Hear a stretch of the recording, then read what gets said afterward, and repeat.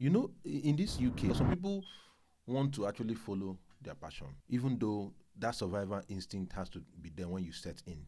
You went through it. Absolutely. What advice will you give? When you're coming here, still have your expectations, right? But you have to sort of just take a step back, be willing to go down a bit, get a foot in the door, learn the ropes, integrate. Training is important, Training. Yeah, training and education. Bros, without education, you're not going anywhere. I spent money in education.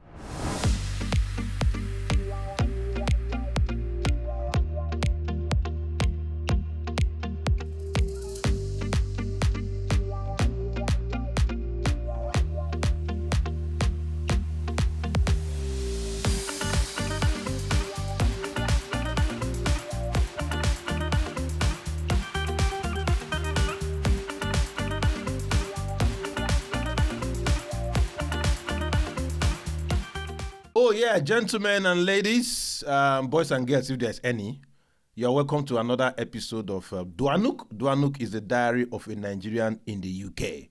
I don't need to say too much. My guest on the podcast today is a personal friend, he's a coach, he's a tech entrepreneur or techpreneur. He's a consultant and he's so many things. But as they always say, that let's hear from the horse's mouth. Even though my guest is not a horse, I used to say, I know, but he might have all the energy of what they call horsepower and so on and so forth. So, ladies and gentlemen, I have Mr.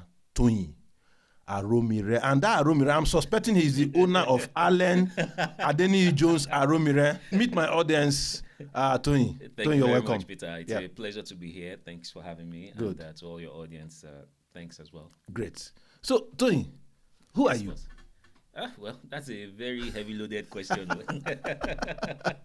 Well, what can I say? I'm a father. I'm a husband. Good. You already said a few things. I'm an entrepreneur. I'm a mentor. I'm a coach. I'm someone who, sort of enjoys being in the comfort of other people, having a good time. I enjoy, putting myself out there, making things work. I love transformation. And I'm not just throwing transformation as a big word, but I mean transformation in the sense that I love to see how people change, people grow. I love to grow as well, and as you'll come to learn about me, everything I do really is all about how do we make things better? How do we move forward? How do we improve, things from where they are today? So that's a little bit about me. I know Toyin is very diplomatic. Now, you have said in general terms. Yes. Specifically, Toyin, what have you done? Which companies have you been involved? What are the things you have done? Name them. Let's learn from them. All right. Yeah. So, in terms of the things I've done, I'm a consultant, right? Okay. And I've consulted for some of UK's biggest organizations. That's good to hear. Companies like Direct Line Group, which is one of the big insurance companies. They own most of the insurance companies. I've consulted for companies like Vodafone Group, which is one of the big telecommunication giants. I've also consulted for the likes of TalkTalk Group as well. And then I've also consulted within the public sector space for organizations like Department for Education, UK Research Institute, National Highways, and on and on. So those are some big names that I can throw around in terms of who I've worked for. And I've also run my own business as well. I've acquired business, so I have a love for acquiring small businesses, putting them together, that's good, putting structures in place, and then selling them to someone who can take it to the next level. That's great. And I enjoy mentoring as well. So when I say mentor, I support an organization in Nigeria, Do the Dream Youth Development Initiative, where we give the youth, the underserved youth, an opportunity and a platform to air their voice to help them grow. And on the other side, I mentor people who are looking to transform, change careers, and move into a more rewarding career. So in a nutshell, that's me. That's great. Yeah. That's great. So I know we're still going to hear more because, the questions I've prepared or the conversation that will go on. Toyin is going to go into some of those things and bring out some examples and let us know. But meanwhile, what will you say you are most passionate about? I mentioned transformation earlier. So my passion, let me break it down. Let me not use big grammars now. Make people feel here with I talk. Sorry. When I talk about passion, right, for me, what I love to do is how do I help people, to change, to make money. Money is important. Money is very important. I'll come back to that. How do I help people to make money? And so the way my passion comes across, I talked about the Do the Dream Youth Development. We go there, we help people, we have conversations with them. We have like thousands of students from different schools. They come in, we talk to them, we give them roadmap steps to make them become, very good, well-behaved citizens. And some of them go into entrepreneurship as well in Nigeria. And in the UK, those that I train and mentor, it comes from a place of love and a place of passion because I give up my Saturdays to do that. And I help them. And today, right, when I see the transformation happen for them and people are earning £70,000 or they are making £500 a day because they've come through my training, my mentorship, for me, that is where the passion comes out. That's it. See, if you wake me up in the morning, right, and you say, Toyin, what are you going to do today? The first thing I'll jump out of bed to say is, gosh, I'm going to transform something. And that transform something might be either transform an organization by adding value or transform people. And I prefer the people to the organization because it's the people that eventually go and lead the organization. That's what drives me. That's what fantastic. Now that brings me to one of the things I think you do that you confirm for me today. Business analyst? Yes. Yes. So how does business analyst? What is business analyst? And you have mentioning transformation. Correct. So business analyst, right? The best way to look at business analysis, and I always say this to people, is to look at yourself as a consultant. Now, consultants are a dime a dozen, right? But what I mean is when you look at yourself as a consultant, you're looking at yourself as someone who can go in to help solve problem. In fact, you're someone who can go in to help people move from the past to the future. And so when you think about business analysis, the key thing that we do as business analysts is we go into an organization that is struggling. They have challenges, difficulties, problems, and then we help them try to understand why they're having those problems. We help them to define what success looks like, what the future looks like. And then we help them take the steps required to move from where they are today, which is problem, to where they need to be, which is the future. And that's where the consultancy comes into play. Because there's this thing in consultancy that they say, take someone's watch to tell them the time. So basically, it's another way of saying it, without sounding very degrading to people that we help, is the same, the same mindset that created the problem is not going to be that same mindset that will solve the problem. So they've created the problem, or they are part of the problem, or they're experiencing the problem.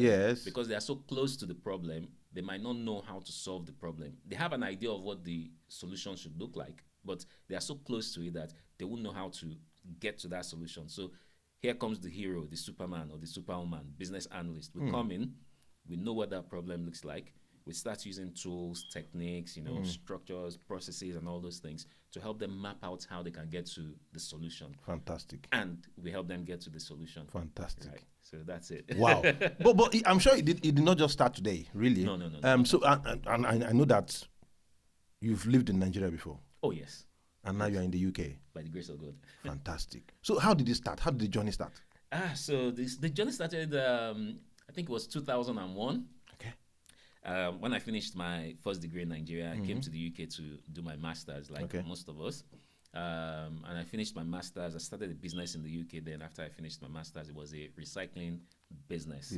And we realized that, this business is good in the UK, but it'll be better in Nigeria. So I went back to Nigeria with my friends. You went back to Nigeria? Yes. I went back with my friends to Nigeria. We set up the recycling business. We started running the business. It was okay, but then we ran into a problem.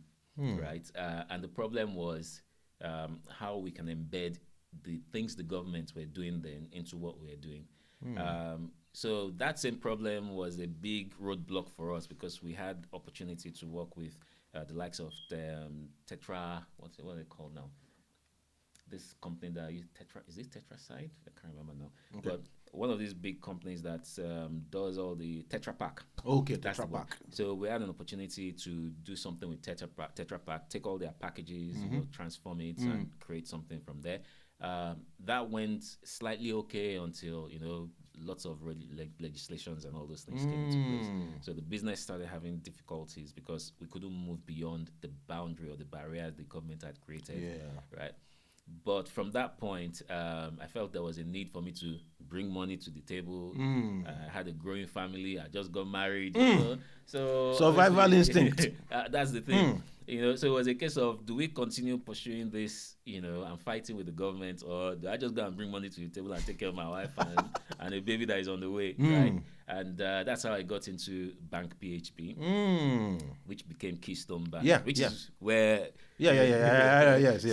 Obviously, at Bank PHP, I did what I needed to do then. I was in retail banking, moved around from Isolo to Oregon. But as we'll have it, my wife was like, bros, we need to move, you know, and move to the UK and all that. I was like, but I left the UK to come back. She said, no, it's like she had seen the future, you know. My goodness. Things were, you know, going in a direction that wasn't ideal at that point in time.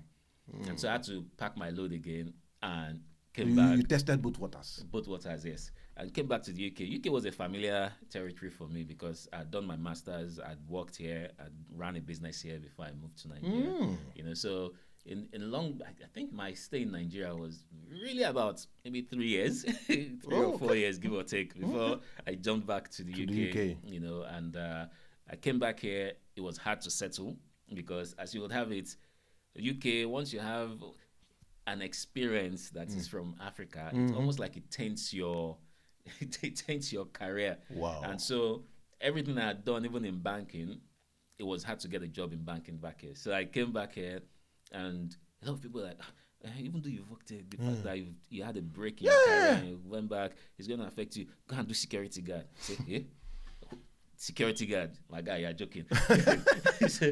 It's not possible. I can't do it. You know, some people were like, okay, if you can't do security guard, go and do care. I said, look, I don't have anything against care or security, but I know where I'm going. I have my master's in management and finance. I have my first degree in accounting. I'm a part qualified chartered accountant. You know, and I've done so many other things. That is not the direction I'm going to focus. So eventually I got a job in accounting, but it was a junior job, account admin. Okay. And I said, okay, that's a foot in the right direction. Let me get back in and move up. So within a year, 2 years, I started telling them that, look, these are my qualifications. You know, you can see what I'm doing. In fact, I'll tell you about that story in a bit. You can see what I'm doing. I need to move up the ladder. I can't sit down here and be an account admin. So went back and forth. We're like, what's in the name? You want to be a manager? Don't worry about that. Blah, blah. You know, everything they were doing was just to suppress me. You know? But long and short, I went from being an account admin. My passion was always, how do I get transformation? And because I knew where I was heading, the direction I was heading, I started using that organization as my learning opportunity. Okay. So I put in processes for accounting in place, so it made my job a lot easier. That didn't mean I didn't work Monday to Sunday. Wow. Yes, I was working Monday to Sunday. But I started going for training programs to become a business analyst. That is the journey. And everything I was learning on the training program, I was now using that office I was working then as an account admin to apply.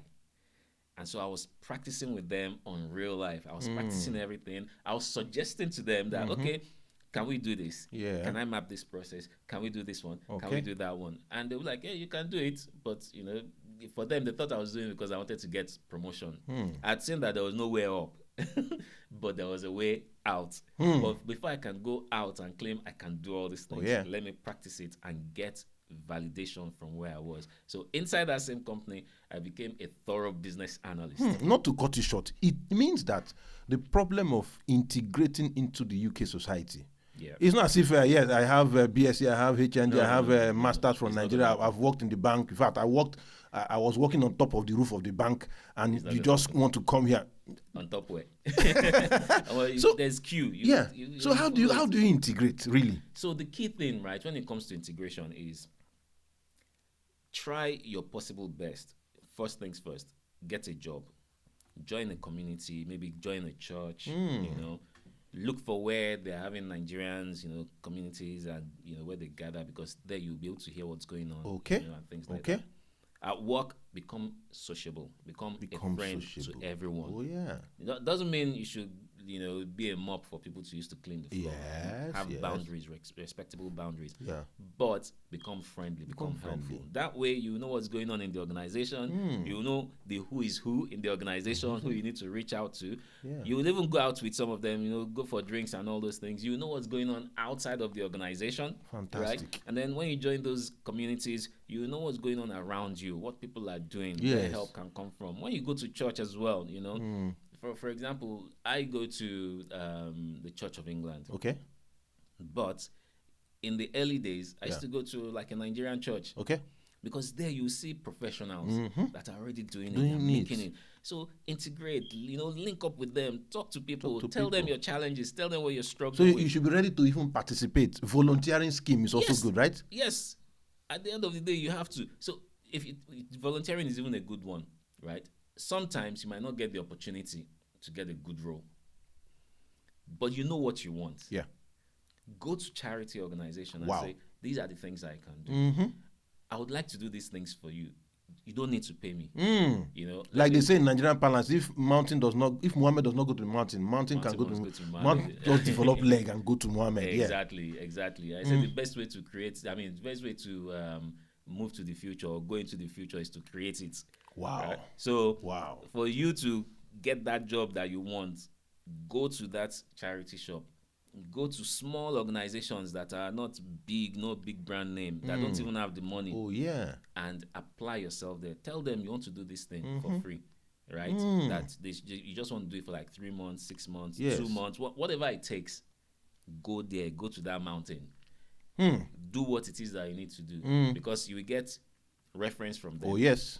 You might be lucky. I've seen people do volunteer roles and then they employ them because they're super impressed with their job. Yeah. I've seen people do volunteer role and they've been referred to other places.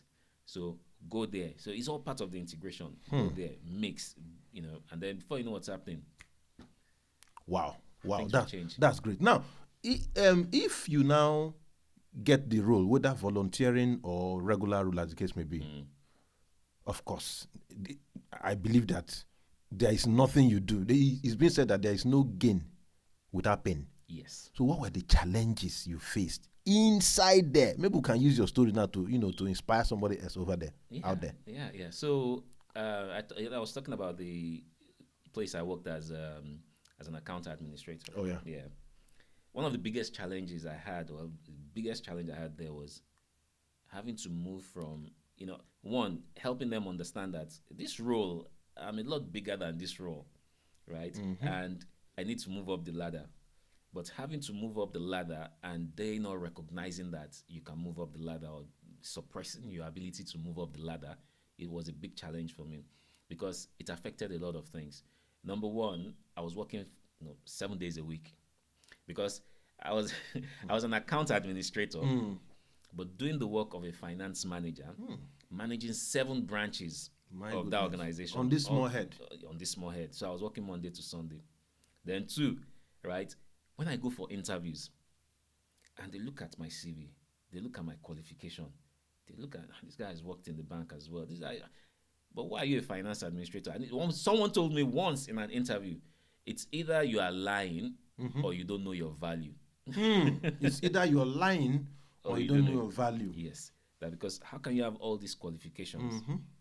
You have a master's in management and finance and you're a finance administrator and you're a part qualified chartered accountant and you're finance bros. Something is wrong somewhere. After that day, I just looked at myself. I said, you either need to move out or move up. And if you're not moving up, move out. So for me, the biggest challenge I had was how to move from where I was, right? Fine, I had a foot in the door because I got the job. But how do I move to a job that was relevant to my experience, my qualifications and all that? That was a big challenge. And having it recognized, that was a big challenge. And to overcome that, obviously, you have to study. In fact, let's not go there because I know when I tell people that I've paid over £50,000 to learn, to study, for training, for this, they'll think I'm crazy. But it's part of why I'm where I am today because I was really willing to invest. Because without learning the things you need to learn, how do you want to go and face those difficulties? And then in Nigeria, we like certificates. I have a degree. All those things. The minute you get the certificate, it's already outdated. It's just like the way every year they produce new models of cars, exactly, and the iPhones and all that. And all Before that, you know, you are holding something that is still already by next year. Exactly. So you always have to keep, educating yourself, studying, lifelong learning, because that will help you overcome some of those challenges. Okay. Yeah, and that's just one. There are so many. I could go on and on if I need to talk about all these challenges, but that's one of the big ones. So people will face it. Fantastic. So just for them to be aware that they need to go through the time, they need patience, they need resilience. Anyway, that's why coming from Nigeria now. Yeah. Okay, what has coming from Nigeria done for you in terms of everything? Resilience? Yeah. Everything. Everything. I mean, what I mean by that is, look, when you are in Nigeria, we complain Nigeria hard, things tough, blah blah.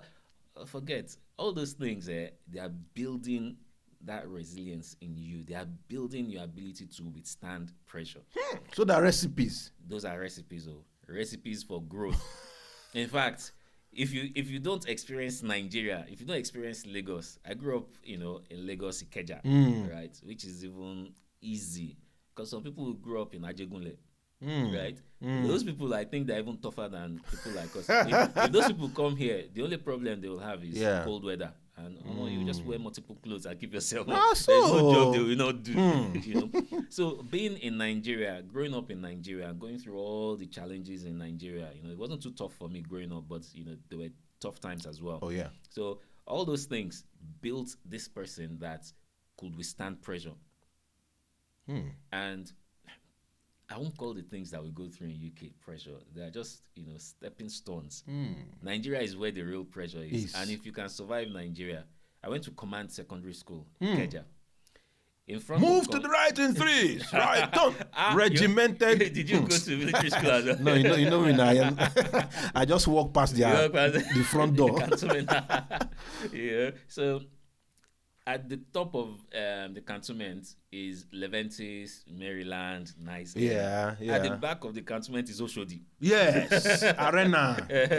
So when I started going home myself was when I experienced the real madness. Because I would have to go to Oshodi to go and take a bus. Right? You go to Oshodi, take a bus that will take you to Ikeja bus stop. Yeah. Right? So when you start going through the stress of Oshodi, the railway lines and everything, people selling, people that can even steal things from your pocket without you even knowing, chasing mollues and all those. When you start going through all those small pressures, it starts building you for something, right? Yeah. Even going to military school will build you for that, pressure. Because I was a military cadet. We entered trouble. I was part of a group of people. I wasn't the one that orchestrated it. We were trying to overthrow. No, but if I had you as a brother those days while growing up in Nigeria, I would have been looking for people's trouble. Because I know that I have somebody. You know what they called me when I was growing up? Yawa Master. Because I was always getting in trouble. Oh my goodness. Getting in trouble. Yeah. Yeah, master. So that resilience. It's part of it, It's part of it. There were days where I would steal my father's car and go to party because my father has gone to club. The car he wants to carry to club, I remove the plug cable, change it around, go and call mechanic and warn That's where the mechanic. tech started coming from. And one mechanic, if this car starts, you don't go get job again. So my father had to take another car, then I had to take his own car to pose and everything. Come back, enter trouble. So all those things, built a lot of resilience in you. Yeah. Growing up in the schools, growing up, having to find your way around Lagos and all those things. And a lot of those things, back then, it was fun. Sometimes it was hard. But those things were building the person I was becoming today. Wow. Yeah. Great. Now, if I must ask, I know that you still have a lot of things to achieve in the future, definitely. Oh, yes. You're a young man, I'm still very young. I know. I'm still a youth. No, but for the now, yes. What is it that you have done that is an achievement that you are proud of?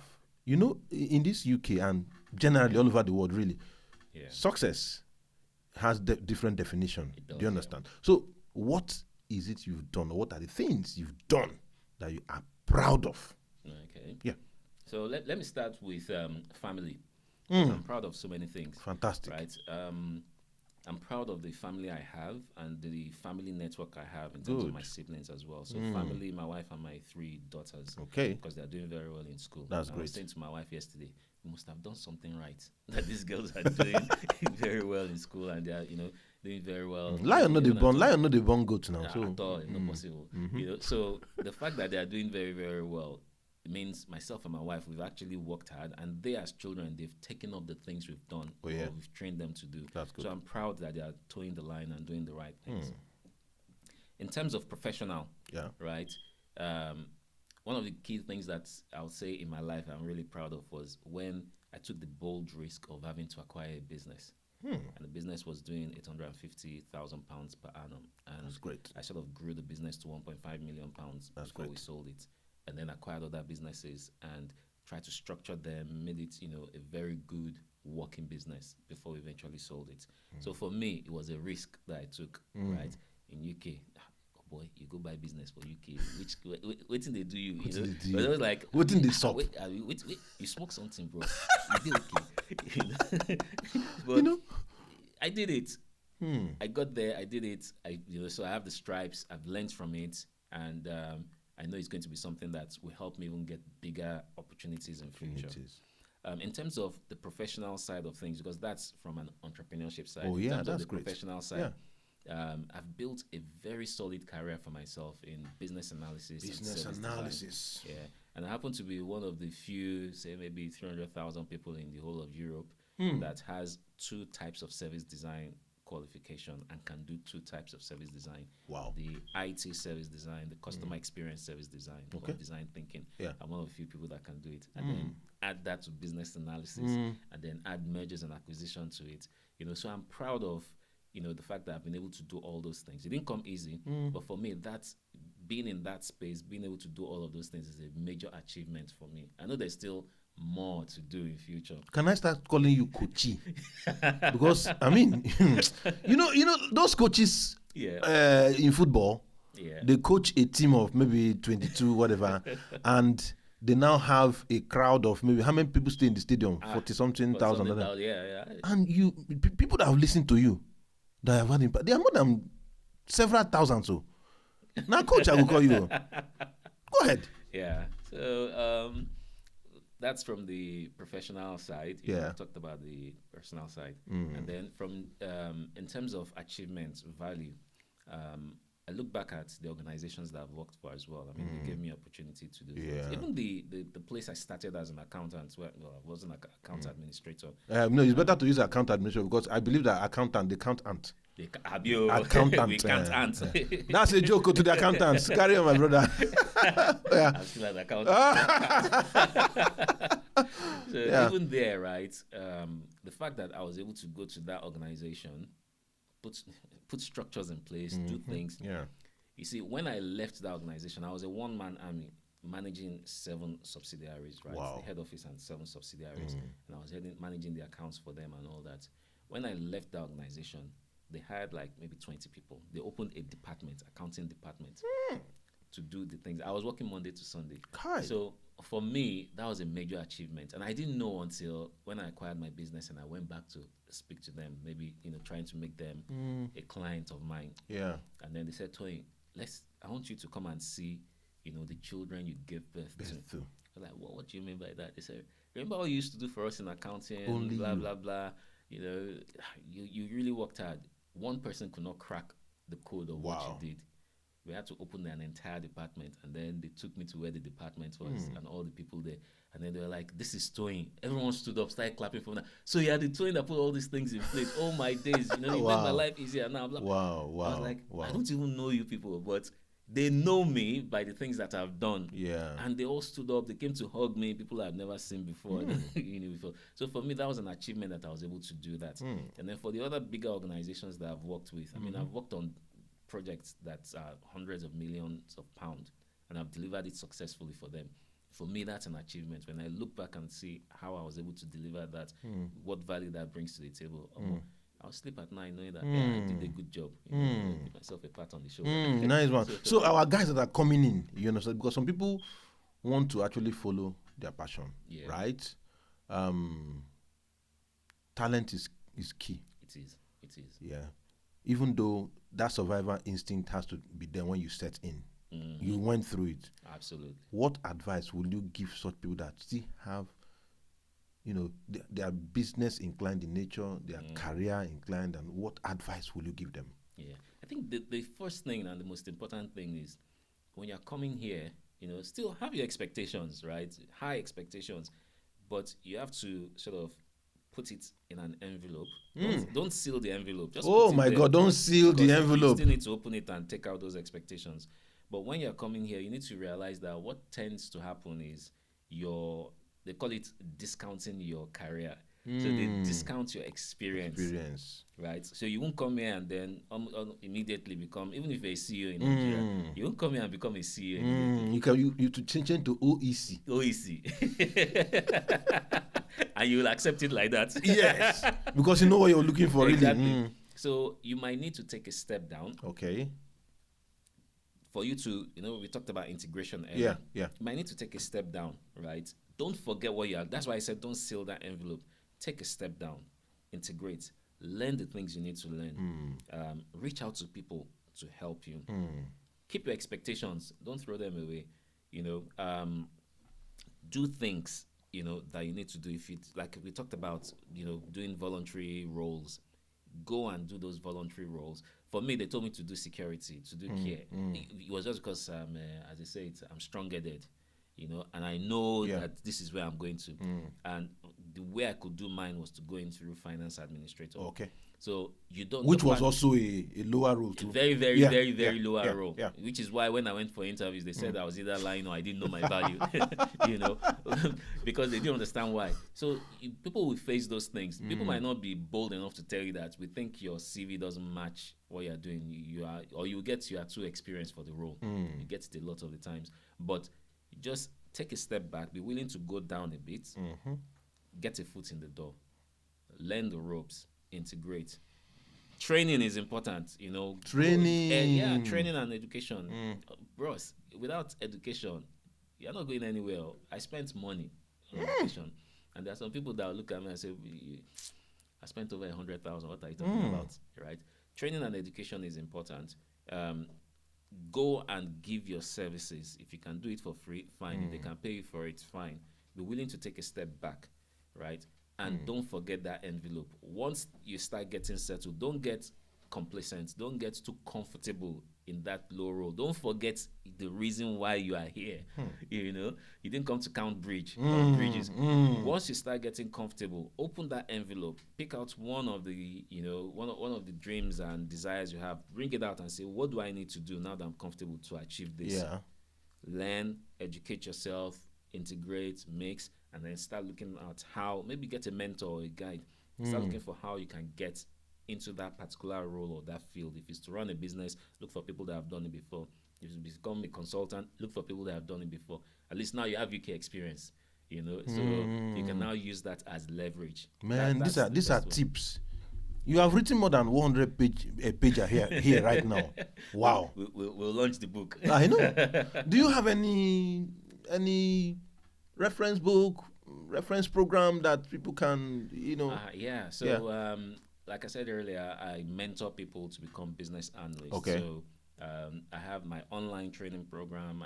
There's this business analysis mastery that, business analysis mastery okay. is where you need to go. And if you need to go to the website, it's www.ba-mastery.com. Sorosuke. Let me repeat it again. www.ba-mastery.com. Fantastic. Everything you need to learn, you get all the. I just wanted you to say the website by yourself so that my guy at the top will not say. So you say it now, which you have said. Fun, Yes. And thanks for that. That's good. So let's talk about a little bit of work-life balance, because one thing about the UK is work, right? Yes. You got bills to pay. That is it. And you got to be responsible. That is it. I've seen scenarios I've heard of scenarios where the man is, of course, there's childcare by the side and things like that. You can't escape. You can't escape. He's taking the child Honey, where are you? Where are you? I've gotten to the train station. He hands over the child to the honey who is coming back from work at the train station. Enters that same train or another train and zooms off. Yeah. So if you're not careful, getting it. So work-life balance. Very important. How do we achieve that? It's very, very important. So work-life balance is a bit tough to achieve, especially if you are just coming into the country and you're trying to settle and you're taking any job. All right.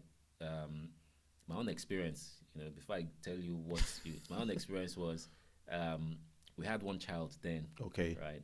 Before I go to work, I'll carry her with stroller and everything, go to her nursery, go and drop her. As I'm dropping her, I'll see my boss taking a turn, because if I miss that bus, I'm in trouble. I'll see my boss taking a turn. I'll start running to the bus stop. Bam. Take that bus. My goodness. Now I know that my wife will finish earlier than me, because I didn't used to close until like 7 o'clock.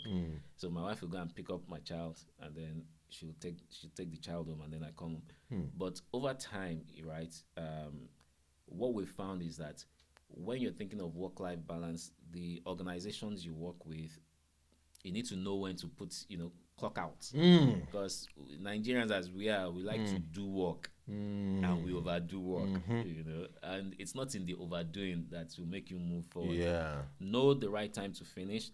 Know where, things you need to do. If you get back home from work at 5 o'clock, don't open your computer to start working. Now, I know there are situations where people have 2 jobs, 3 jobs, right? So you finish one, you close. Then if that is the case, right, you have to pay bills now. Yeah. Find the weekend to keep yourself, for your own mental health. Because work. The day somebody drops from working, life will continue. That 1 minute silence. Exactly. That person is sometimes it won't be up to 1 minute, because some people's clock are very fast. Exactly. So, finish. So, if you don't look after yourself, no one will look after you. So, you have to plan for your own time. You need a me time. You need a downtime, right? I know it's hard. I can't lie. It's hard in this country. It's hard everywhere as well. And you need to do that in conjunction with your partner.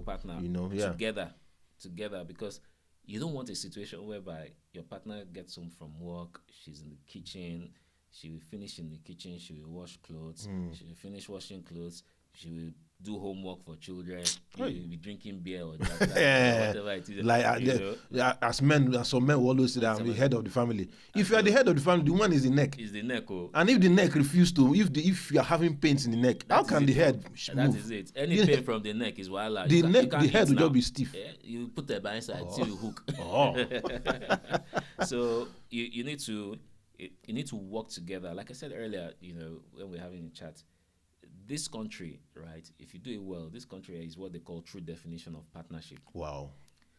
You'll still be the head in your house, but you don't have to announce that you're the head in your house if you are truly the head in your house, because the head doesn't announce to the body. No, right? It doesn't. But if the head does not cooperate with the neck, you are in trouble. Yeah, of course. So you have to have a true partnership in this country whereby you are helping people. Sometimes I wash the dishes in the house. Yeah. Right? Great. Sometimes I put the dishes in the dishwasher. Sometimes I go into the kitchen and sweep the floor. She's not asking me to do it, but I'm doing it because I know it's helping. And at the end of the day, who am I helping? I'm helping myself. Yourself. Think about it. Because they even say that one's partner, wife in this scenario now is your better half. Exactly.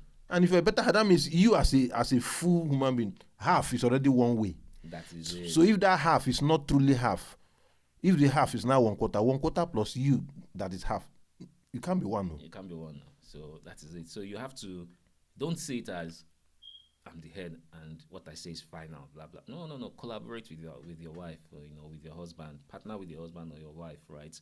And you need to do everything together. From, especially with the way this country is structured, from putting money on the table, buying things in the house, taking the children to school or after school activities, and to even relaxing, because you and your partner or you and your spouse will still need to have time together.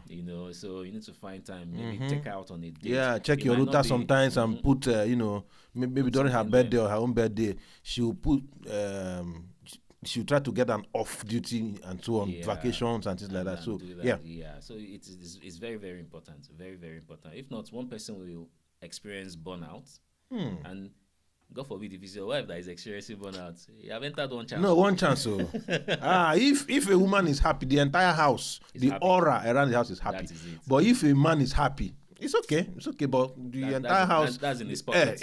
Where does the happiness extend to the door or outside the door? You know, that's in his pocket. Yeah. You know, and that's why whatever you do, you know, be as supportive as possible. Because women naturally they are nurturers, they are carers. Okay. So they will support you if you support them. They will push you. You see, even the things that I do today that I'm able to do today is because my wife is one of the key people that said, you can't give up. You have to keep going. You know, when times were tough, she was one, you know, you can't give up. You have to keep going. When there was no money, because there was a time we didn't have money. When there was no money, she was bringing money and putting money on the table. You can imagine, you know. So when things started improving, obviously I started, as we call it in Nigeria, I started retaliating. So you gave me 1 naira that time, take 10 naira. Are you talking naira or pounds now? I just use naira because people will be listening. Yeah, I know. You know, so it's very, very important, and they will go all out to do things for you. You know, as long as you do the right thing, you support them. And when the kids start to see things like this, you find that they learn. Kids learn from observing. It's not when you shout at them, blah, blah, blah, blah. All those things don't work. They will be scared because they are shouting, but it doesn't mean that they will do those things that they are meant to do. They do from what they see mommy and daddy doing, right? And so the more you work in partnership with your spouse, the more the kids will be inclined to doing the right thing because they know that, okay, mom and dad are like this. Mom and dad do things like this. Let me try. Let me learn. It's not what you say, right? That's true. In fact, I hold one notion very high. I hold it in high esteem. You know, no amount of success in the office or public place can